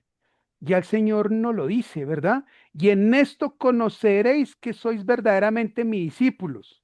Y no dice, y conoceréis que sois mis discípulos porque todos escuchan música suave. Y conoceréis mis discípulos porque todos se peinan con el cabello liso. Y seréis mis discípulos porque todos usan ropa Versace. ¿Sí? O seréis mis discípulos porque todos son millonarios. No, no. Y en esto conoceréis que ustedes son mis discípulos, en que se aman unos a otros como yo los he amado. Miren la gran diferencia en estos tiempos de crisis. Y uno de las áreas que también ha sido muy confrontada hoy y que es muy atacada es la familia. La familia. Y es clave el tema de la familia en la sociedad, sí. Pero si yo pregunto hoy, ¿qué es la familia desde la Biblia para nosotros como creyentes? Pues seguramente habrá muchas respuestas. Entonces, una de las que es más común es la familia que Dios instituyó, es la familia que está conformada por papá, mamá e hijos. Y en eso yo pienso que estamos todos de acuerdo. El problema es, el problema es que qué pasa entonces en ese hogar donde la chica quedó embarazada porque no quería, ¿cierto? Y el padre del bebé la abandonó y nos enfrentamos a una mamá soltera que se olvida de cualquier relación sentimental porque su corazón está lastimado, pero que se dedica a la crianza de su hijo. A veces señalamos eso no como familia, decimos no es que solo la mamá con la hija y no hay una familia. Debe casarse, debe buscar un hombre. Otro ejemplo que ocurre mucho en nuestras iglesias, ustedes me dirán si me lo estoy inventando, ¿cuántos noviazgos de nuestras iglesias han salido embarazados? Entonces la niña del coro se novió con el niño de, qué sé yo, la alabanza, el guitarrista, estoy poniendo ejemplos, ahora si le pego a alguno, pues no es coincidencia, ¿no? Pero se noviaron. Entonces llevan su noviazgo en la iglesia y ¡tin! La niña resultó embarazada. No se han casado, no han formalizado nada. Inmediatamente, y se los digo porque yo he tenido que atender muchos de estos casos en los jóvenes, inmediatamente lo primero que les van a decir es, tienen que casarse. Venga, si no se quisieron casar antes, es porque claramente en ninguno o en alguno de los dos no está el sentido de compromiso. Se dejaron ganar por el deseo, se dejaron ganar por las emociones, se dejaron ganar por las hormonas, pero allí no hay un deseo de matrimonio. Y ustedes saben cuántos matrimonios hoy que se han unido por un embarazo están viviendo un verdadero infierno interno. ¿Por qué? Porque de alguna manera les dijimos, tienen que casarse. ¿Por qué? Porque ya la embarazó, ya eso es pecado. No, espérate. No podemos, ¿cierto?, tratar de cubrir un error con otro más grande. Y esto se los estoy planteando porque hace parte de nuestra cotidianidad. No es que ustedes tienen que conformar una familia, pero ¿qué es la familia? Les voy a compartir entonces aquí algo. Porque claro, la familia es de lo que nosotros creemos que es la familia, hoy, siglo XXI, pero ¿qué nos dice a nosotros la escritura acerca de la familia? ¿Qué nos dice la escritura a nosotros acerca de la familia? Porque la familia también hace parte de esas discusiones, qué es una familia y qué no es una familia. Vamos a empezar esto hoy, lo vamos a terminar la otra clase porque hoy no nos va a dar el tiempo, pero igual siento que la conversación ha sido interesante, ha sido amena. Y hablemos de la familia y la sociedad en clave bíblica para luego hablar de individualismo, colectivismo y comunidad, que tiene que ver con ese tema de la sabiduría hoy en día. ¿Qué es tener una familia sabiamente? Pues es una pregunta que nos hagamos. Mira, lo primero que vamos a encontrar nosotros en la Biblia es un lugar como símbolo de identidad familiar y es la casa. La casa. Y tenemos aquí un primer término, el Beyit en hebreo. ¿Dónde vamos a encontrar ese término? Entonces, por favor, Biblia en mano para que hagamos la lectura rápido. Y alguien, por favor, busque Génesis 7:1, otra persona busque números 1:40 y otro de ustedes, por favor, colabóreme con Isaías 46:3. Repito. Ay, perdón, les pregunto, ¿si están viendo, se está viendo la diapositiva? ¿Sí? Sí, sí, sí, Sí, está sí. bien. Listo. Vale, vale, muchas gracias, listo. Alguien con Génesis 7:1, otra persona, por favor, con números 1:40 y otra persona con Isaías 46:3. Y vamos a ver desde la Biblia qué es esto de familia. Listo. ¿Quién tiene Génesis 7:1? Y yo, profesor Leo, Adelante, por favor, Enrique, sí, gracias. dice, dijo luego Jehová a Noé, entra tú y toda tu casa en el arca, porque a ti he visto justo delante de mí en esta generación. Miren que el término allí en el relato no es entra tú y tu familia, sino entra tú y tu casa. Es decir, la categoría que se identifica como familia, ahí en Génesis por lo menos, es una categoría que tiene que ver es con un espacio arquitectónico, la casa. Y ya vamos a mirar por qué. Y cuál es la relevancia de este tema casa con la clave de familia. Pero miren que ya en Génesis 7:1 entra tú y tu casa. ¿Sí? No dice entra tú y tu familia. De pronto algunas traducciones lo van a poner allí como entra tú y tu familia, pero el término es allí beyit en hebreo, que es el término casa, casa. Números 1:40, ¿quién lo tiene? Amén. De los hijos de Aser, por su descendencia, por sus familias, según las casas de sus padres, conforme a la cuenta de los nombres de 20 años arriba, todos los que podían salir a la guerra. Muchas gracias, Adilia. Entonces noten que aquí ya estamos frente a un censo, estamos frente a un conteo. Y el conteo se hace a partir de las generaciones, pero esas generaciones son a partir de las casas de sus padres, cada uno según su familia. Aparece la categoría casa nuevamente, participando de forma muy activa dentro del texto en lo que se refiere a la familia, a lo que nosotros entendemos hoy como familia. ¿Y qué dice Isaías 46:3?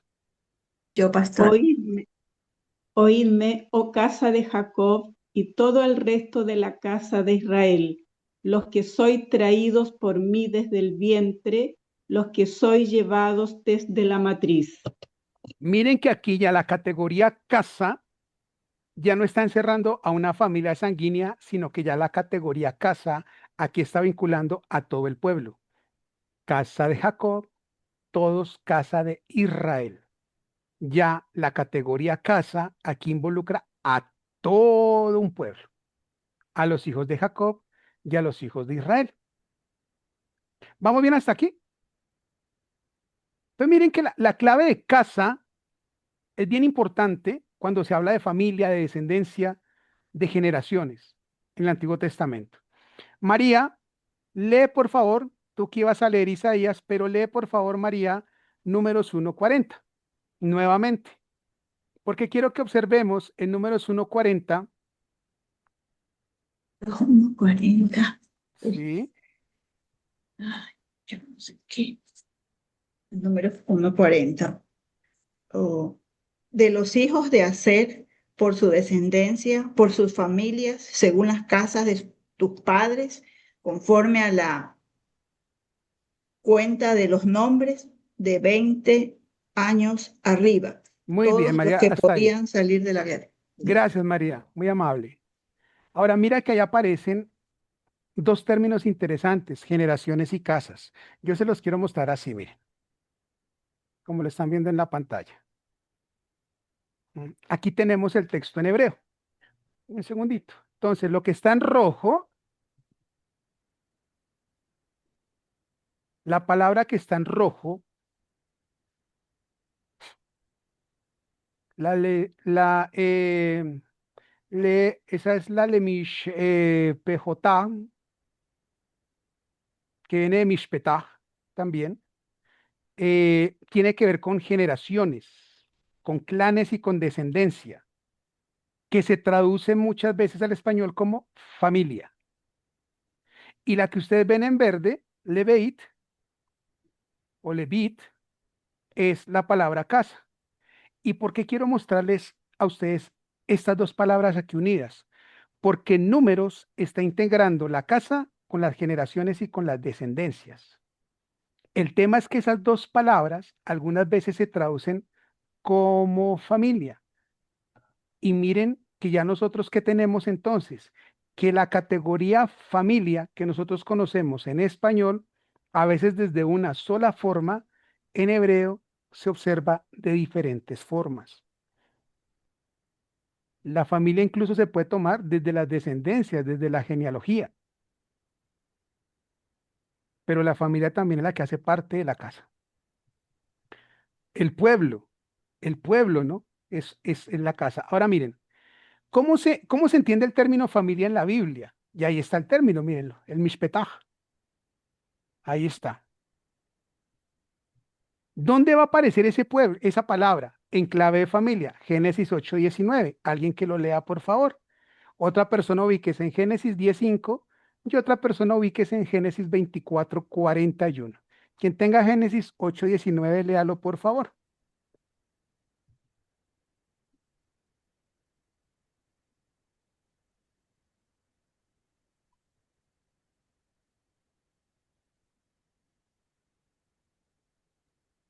Todo animal, ese, Sí, por favor.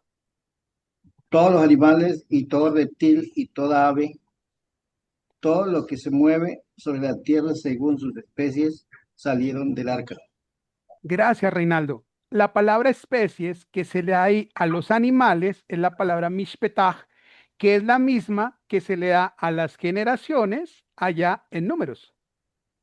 Entonces miren que mishpetach es una palabra que se traduce muchas veces como familia cuando se habla de humanos, pero que habla desde la especie, de dónde desciende, de dónde viene, de la generación en algunos textos. ¿Qué dice Génesis 10:5? ¿Quién lo tiene?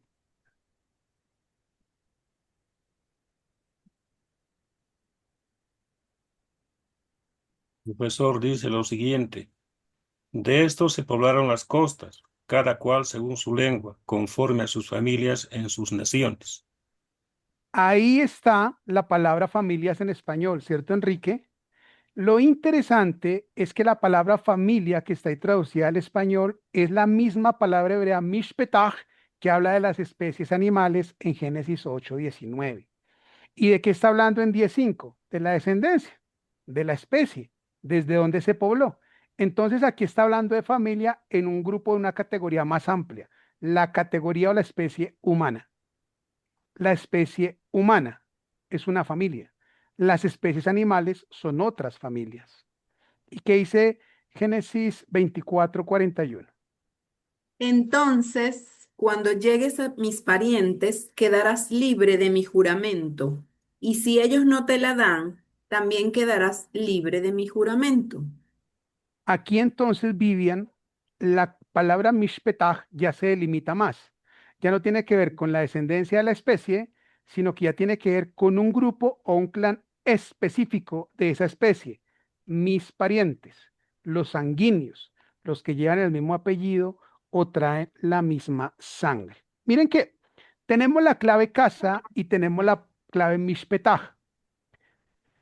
Pero la que más se va a acercar a lo que nosotros entendemos hoy como familia es la de casa. Porque es que la familia en clave bíblica o la casa en clave bíblica va a involucrar tanto al núcleo sanguíneo como al núcleo social. ¿Cómo se interpreta la figura de la casa entonces desde el texto bíblico en sentido de familia? Bueno, miremos Jeremías 3:18. Alguien lea Jeremías 3:18, por favor. Y otra persona, bueno, Marcos 13-35 no lo vamos a leer todo, pero pues para que tengan ahí la referencia. ¿Qué dice Jeremías 3:18?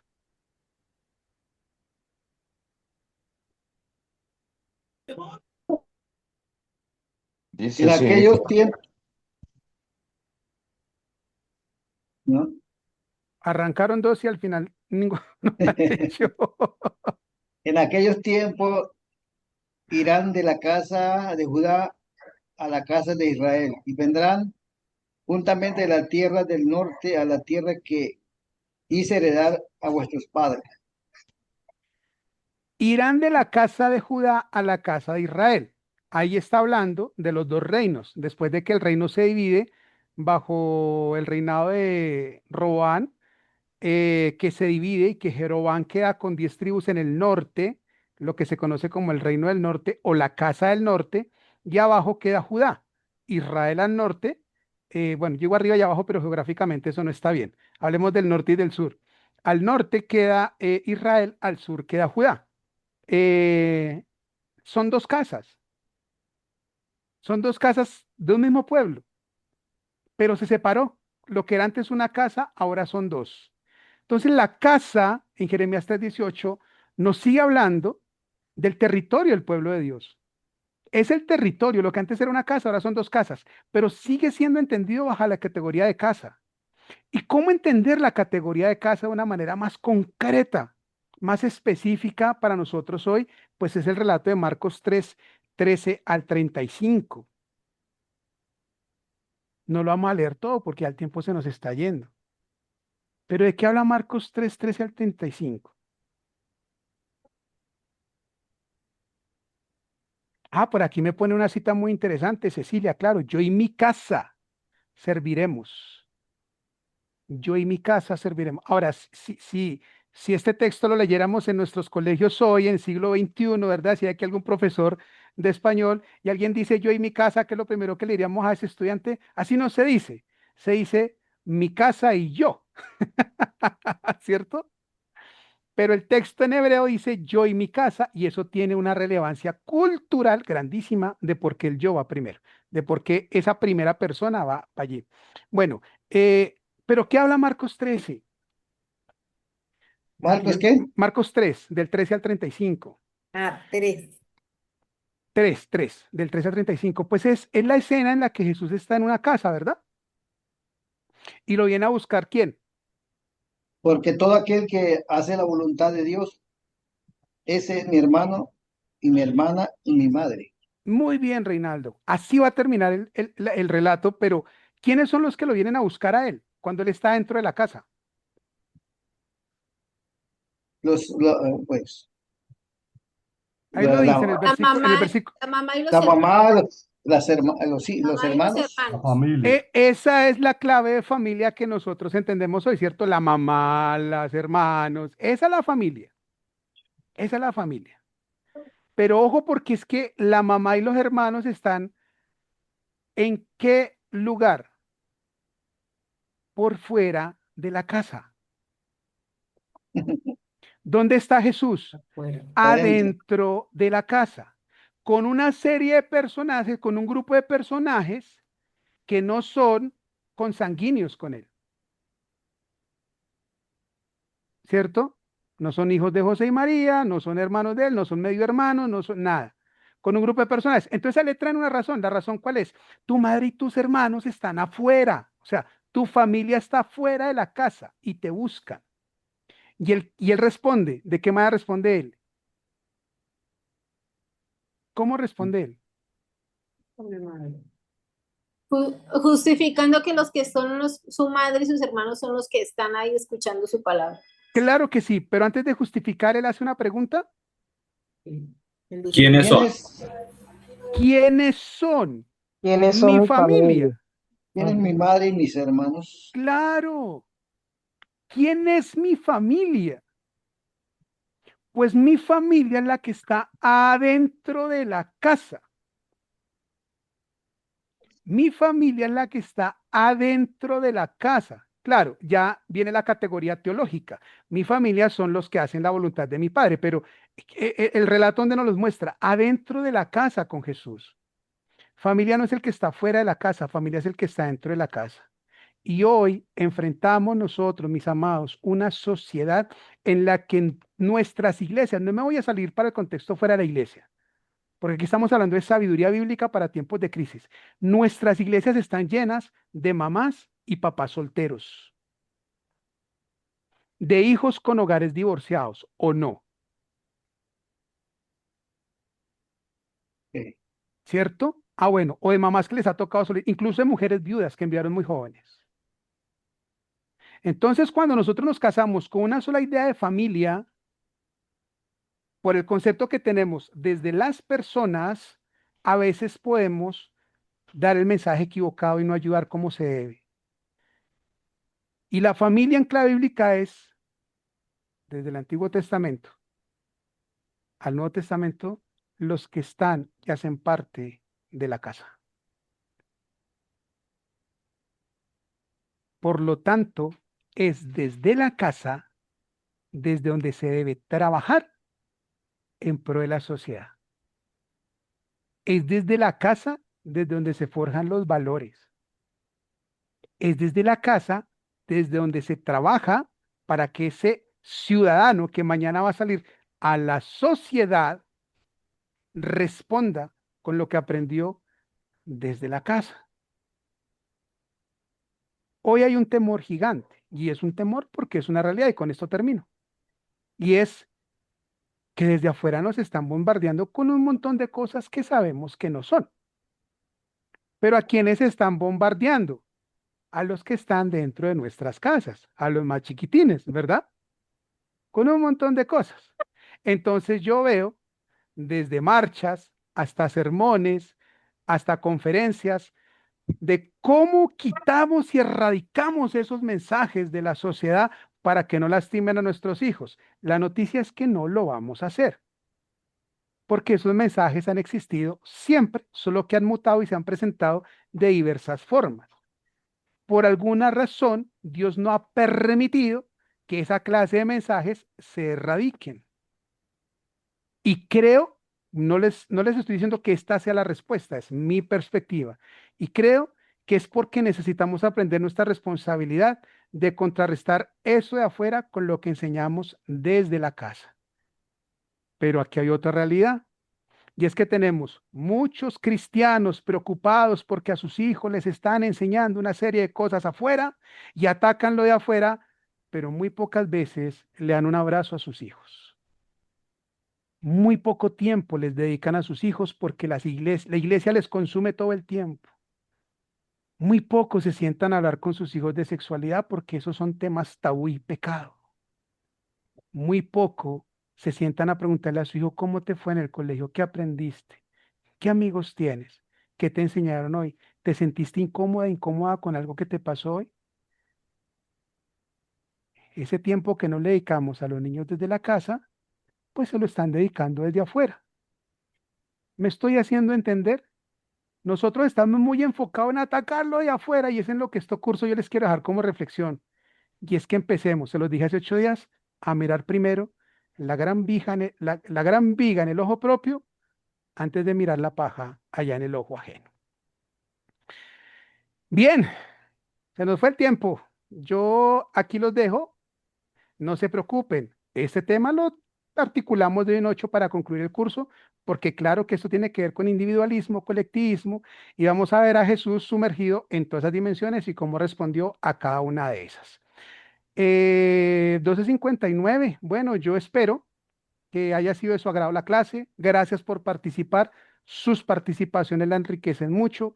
No se trata de que pensemos igual. No. No se trata de que hablemos lo mismo. No. Pero sí se trata de amarnos como aquel que es igual en todos nosotros, el Señor Jesucristo. Así que les amo mucho y les agradezco. No sé, Leticia, si hay algo más. Ya se nos fue el tiempo. Profesor, bellísimo. ¿Quién, yo? Gracias, Claudio. Nunca me habían dicho eso en una clase. Me habían dicho de todo. Profe, me han dicho de todo. No me gustó su clase, otro sí me gustó. Nunca me han dicho profesor bellísimo. Muchísimas gracias, profesor. Muchas gracias, profe. Muchas gracias. Muchas gracias. Los espero hoy en 8. Esperamos el material. Bendiciones, muchas gracias. Bendiciones a ustedes. Disfruten esta tarde. Gracias. Chao. Un abrazo.